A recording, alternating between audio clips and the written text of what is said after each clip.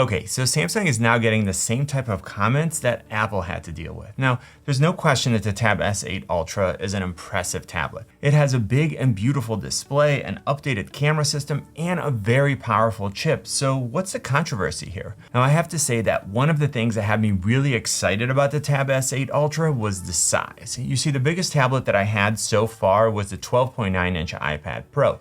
And I can tell you that the Ultra is noticeably and meaningfully bigger. And I remember unboxing it and thinking, did Samsung go too far here? Like, is this tablet too big?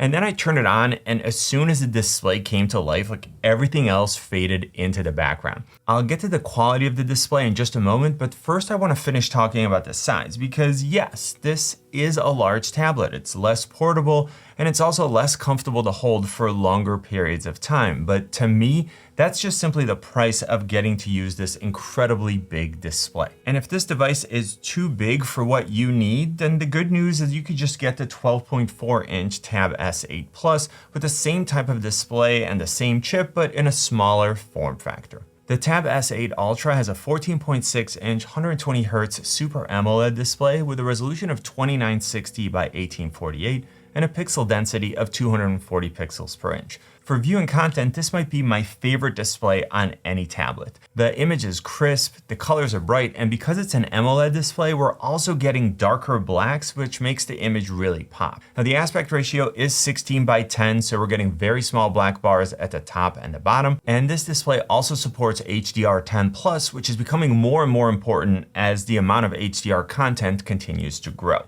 Now, in terms of multitasking, a high-resolution large display means that I can easily run 2 apps side by side. And even when I move up to 3 apps, it still doesn't feel cramped. This larger display also makes the Ultra an excellent option if you want to use it as a wireless display for your compatible laptop or a desktop with Samsung's second screen. It pairs really easily, and personally, I'm so much more productive when I have a really nice dual display setup on the go. Of course, you can also run DeX on this device, and that's something that I'll get to later on in this video. Now, from a design standpoint, the Tab S8 Ultra is what you'd expect from a premium tablet. We're getting rounded corners, squared off edges, and small bezels all the way around. We've got 4 outstanding speakers, a USB-C port for charging and accessories. We also have a micro SD card slot. Now, this is something that I always appreciate because it means that I can relatively inexpensively increase the amount of internal storage whenever I need it.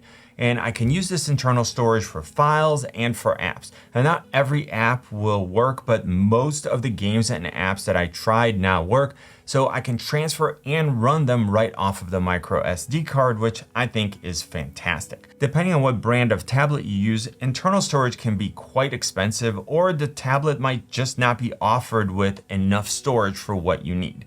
So being able to add a full terabyte for about $150 is a real value, especially when you can wait until you actually need it, which reduces your initial investment. For biometric authentication, the Tab S8 Ultra has face recognition and an on-screen fingerprint scanner. Now, I really like the on-screen implementation because it's been accurate. I'm used to it from my S22 Ultra, and it feels like it's in a good spot for how I hold this tablet. Now, before we get to battery life, I want to talk about what could be the most controversial aspect of the Tab S8 Ultra, the notch. You may not know this, but I do my best to read as many of your comments as I can, and I've gotten a few that say something like, I would never pay for a tablet with a notch, which I understand and agree with in concept. And what I mean by that is that if you give me a choice, with all other things being equal, then of course I would rather it not be there. But the Tab S8 Ultra already has incredibly small bezels, smaller than the Tab S8 Plus, so something had to give there.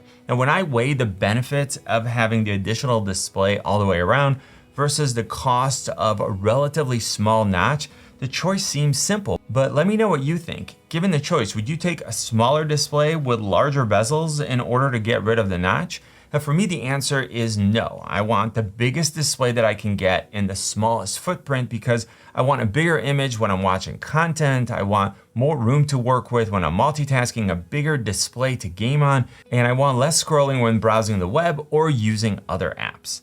Now, one of my real concerns about this display was battery life. Now, I was worried about whether the 11,200 milliampere hour battery would be able to drive this larger display, without getting absolutely crushed. And I gotta hand it to the more efficient Snapdragon 8 Gen 1 chip. It actually does quite a good job. I'm finishing up a detailed battery drain test, and I will get it published as soon as it's ready. Now for now, I can tell you two things. The first is that I pretty much always get through a full day of typical use with somewhere between 8 to 13 hours of on-screen time, depending on what I'm doing.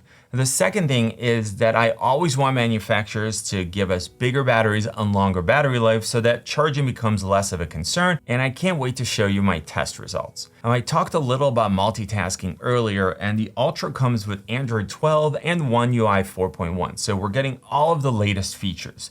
You can run multiple apps at the same time. There are a ton of options to customize. It's fast, it's responsive, and I think that One UI is one of the best Android interfaces around. Now, if you want to do more with the Ultra and you'd rather use a laptop-like interface, then you can quickly boot up Dex. And this will give you an actual desktop with icons, folders, a taskbar. You can open multiple windows, you can snap them to half the display, and you can even have floating windows. A Dex works great with a keyboard case, or you can connect your tablet to an external display and then get a dual display setup with a mouse and an external keyboard. And speaking of accessories, Samsung offers an Ultra version of their book cover keyboard. I have the same one for my S8, my S8 Plus, and for the Ultra, and I can tell you that the one for the Ultra is my favorite size. The keyboard is big, it's comfortable to type on, this oversized touchpad is really useful so I don't have to reach for the display, and I like that the S Pen is protected while charging. Now I also really appreciate being able to remove the keyboard from the back and then use the Ultra in tablet mode while still having the back and the S Pen protected. Now, one of my favorite things is that Samsung includes the S Pen when you buy the Tab S8 Ultra,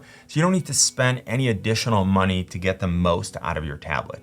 Now, we're actually getting lower latency this year, and I really like the soft tip of the S Pen. Some stylus options feel more harsh, but the S Pen feels like you're actually writing on a pad of paper where the pages compress a little as you press down. And if you're curious about any of the stands or the other accessories that I use with the Ultra, I'll link to that video in the description. Now, I already talked a little about the Snapdragon 8 Gen 1 chip, and the important takeaways are that it's more powerful than the previous generation, and at the same time, it's more efficient. Now, I'll quickly give you the benchmark scores for those of you who are interested. We're looking at 1148 for single core performance and 3288 for multi-core performance. And in both cases, we're seeing an improvement over the Snapdragon 888, which Samsung used on the Tab S7 and the Tab S7 Plus. We're also seeing a major improvement with GPU performance, which is another highlight of this new chip. When we look at the camera system, the Tab S8 Ultra comes with a 13 megapixel wide and a 6 megapixel ultra wide. I don't use these cameras a lot because I have better ones on my S22 Ultra and a phone is just more convenient to use, but if you're someone who uses your tablet to take photos and shoot video, then you can get pretty good results, and as you'd expect, the wide camera outperforms the ultra wide. On the front, we're getting two 12 megapixel cameras, one wide and one ultra wide. We're getting a new feature from Samsung called auto framing.